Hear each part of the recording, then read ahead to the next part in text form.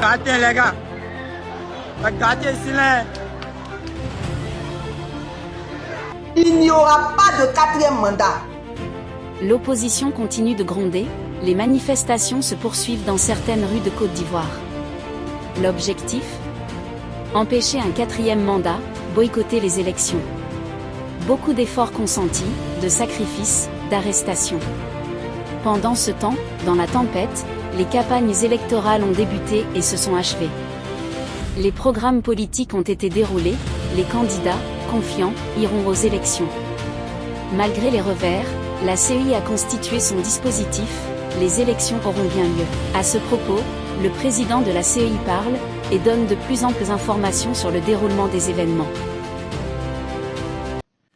Chers compatriotes, le samedi 25 octobre 2025, c'est-à-dire demain, vous irez aux urnes pour choisir le prochain président de la République parmi les 5 candidats déclarés éligibles par le Conseil constitutionnel.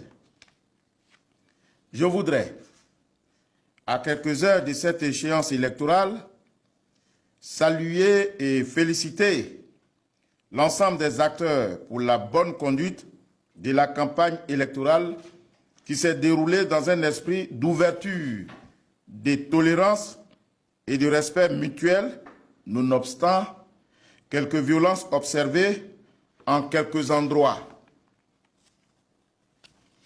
Mesdames et messieurs, demain, sur le territoire ivoirien, les bureaux de vote, au nombre de 25 370, ouvriront à 8 heures et fermeront à 18 heures en application du décret portant convocation du corps électoral.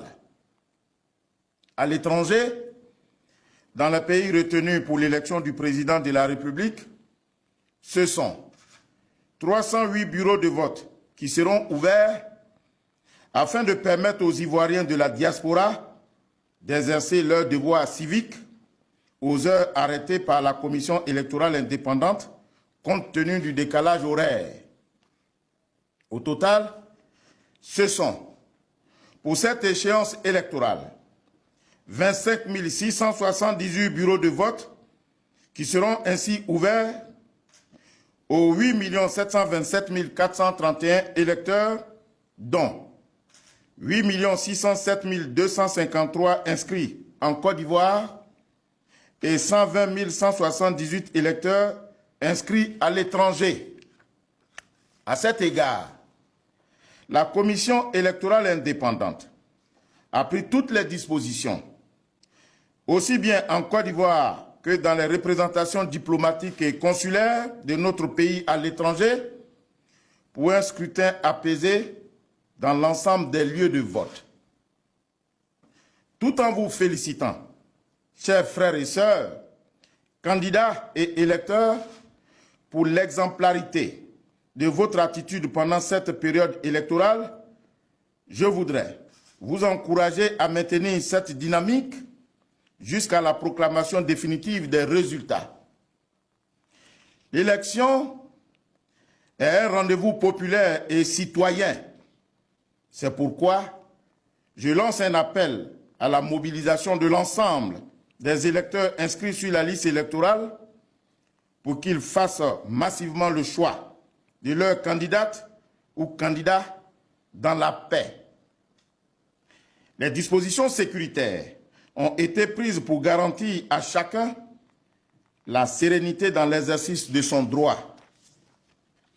À ceux d'entre vous qui n'ont pu retirer leur carte d'électeur, une dernière possibilité vous est offerte. Le 25 octobre 2025, vos cartes seront disponibles dans vos différents bureaux de vote. Passez les retirer et exercez votre devoir citoyen. Pour ceux d'entre vous qui ignorent encore le bureau de vote dans lequel ils sont affectés, cette information reste disponible sur notre site internet www.cei.ca.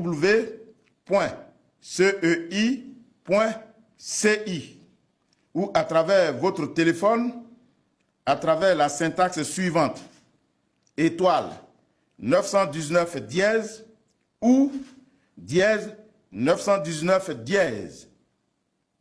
Mesdames et messieurs, les candidates et les candidats, vous êtes les aspirants et les bénéficiaires de ces choix des citoyens. Je voudrais donc vous renouveler toute mon admiration pour la campagne civilisée que vous venez de mener.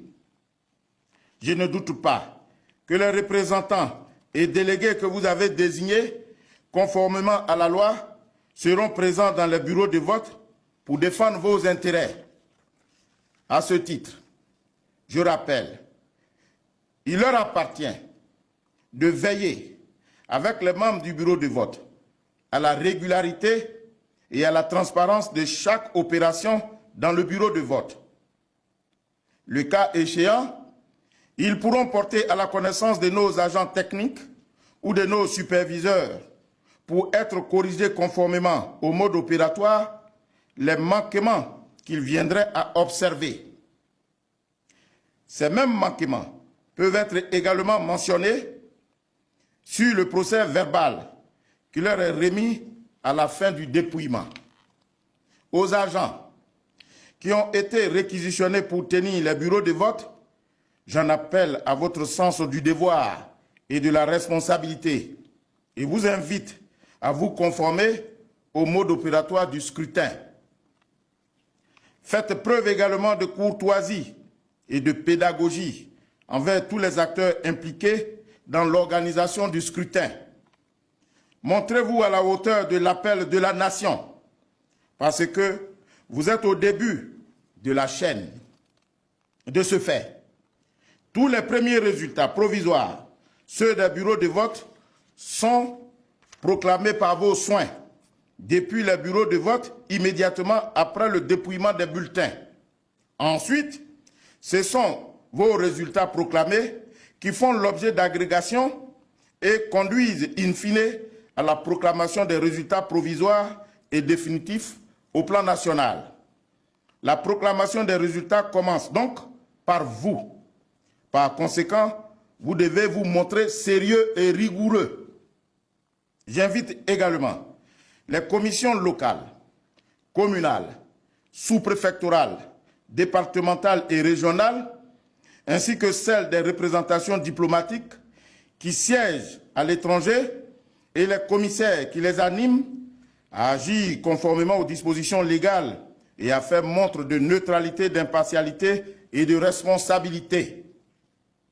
Aux agents techniques, notamment les ATA, les agents techniques d'appui, les CAR, les chefs d'antenne régionales politiques, ont régulièrement obtenu des sièges aussi bien au Parlement que dans les conseils régionaux et municipaux, selon les vœux des électeurs dépositaires du pouvoir du suffrage.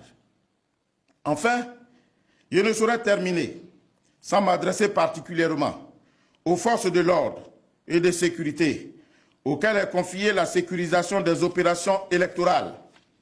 Votre rôle est crucial pour prévenir les troubles, rétablir l'ordre public, permettre aux électeurs de voter sereinement et à la Commission électorale indépendante d'exercer pleinement ses prérogatives.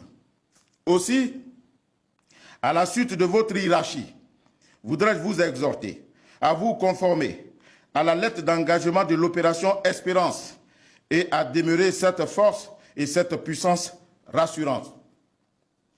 Mes chers compatriotes, la seule et unique ambition de la Commission électorale indépendante est de conduire cette élection en toute équité, impartialité et transparence, comme elle l'a toujours fait.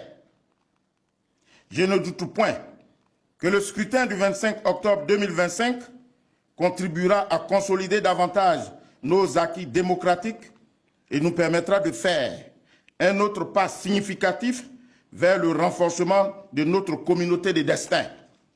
Je voudrais enfin vous souhaiter, mesdames et messieurs les candidates et les candidats, bonne chance à toutes et à tous.